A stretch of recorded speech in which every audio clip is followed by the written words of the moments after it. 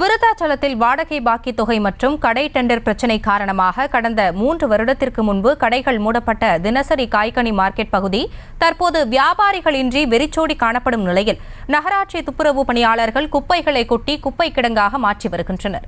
இதுகுறித்த கூடுதல் விவரங்களோடு இணைகிறார் எமது செய்தியாளர் பிரபு. அந்த மார்க்கெட் பகுதி மக்களின் கோரிக்கை என்ன? விவரங்கள். வணக்கம் வாசினி. கடலூர் மாவட்டம் விருத்தாச்சலம் நகராட்சிக்குட்பட்ட கடை வீதி அருகே உள்ள ராஜவேல் வீதியில் பழைய நகராட்சி தினசரி காய்கனி மார்க்கெட்டில் 50க்கும் மேற்பட்ட கடைகள் இயங்கி வந்தது.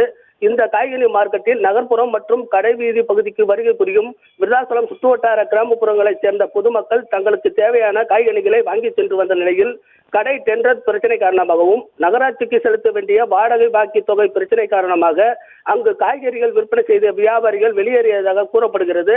இந்த நிலையில் அப்பகுதியில் ஒருவர் மட்டுமே காய்கறியை நடத்தி விற்பனை செய்து தற்போது வருகிறார். தற்போது அப்பகுதியில் நகராட்சி துப்புரவு பணியாளர்கள் குப்பைகளை கொண்டு வந்து கொட்டி மக்கும் குப்பை மக்காத குப்பைகளை தரம் பிரித்து எடுக்கும் பணியை மேற்கொண்டு தினசரி காய்கனி மார்க்கெட் பகுதியை குப்பை கிடங்காக மாற்றி வருகின்றனர். குடிநீர் வசதி, மின்சார வசதி, கழிவறை வசதி உள்ளிட்ட அடிப்படை வசதிகளுடன் இயங்கி வந்த இந்த நகராட்சி தினசரி காய்கறி மார்க்கெட் பகுதியானது கடந்த 3 வருடங்களாக வெறிச்சோடி காணப்பட்டு வருகிறது.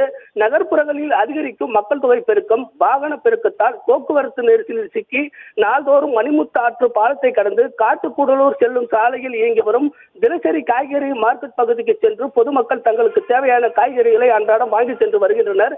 இந்த நிலையில் கடந்த 3 வருடங்களாக இயங்காமல் கிடக்கும் தற்போது குப்பை கிடங்காக மாறி வரும் இந்த தினசரி காய்கறி பழைய மார்க்கெட் பகுதியை நகராட்சி நிர்வாகம் சீரமைத்து அதாவது பயன்பாட்டிற்கு கொண்டு வர வேண்டும் என சமூக ஆர்வலர்கள் மற்றும் வியாபாரிகள் கோரிக்கை வைத்துள்ளனர். ஹாசினி, விவரங்களுக்கு நன்றி பிரபு.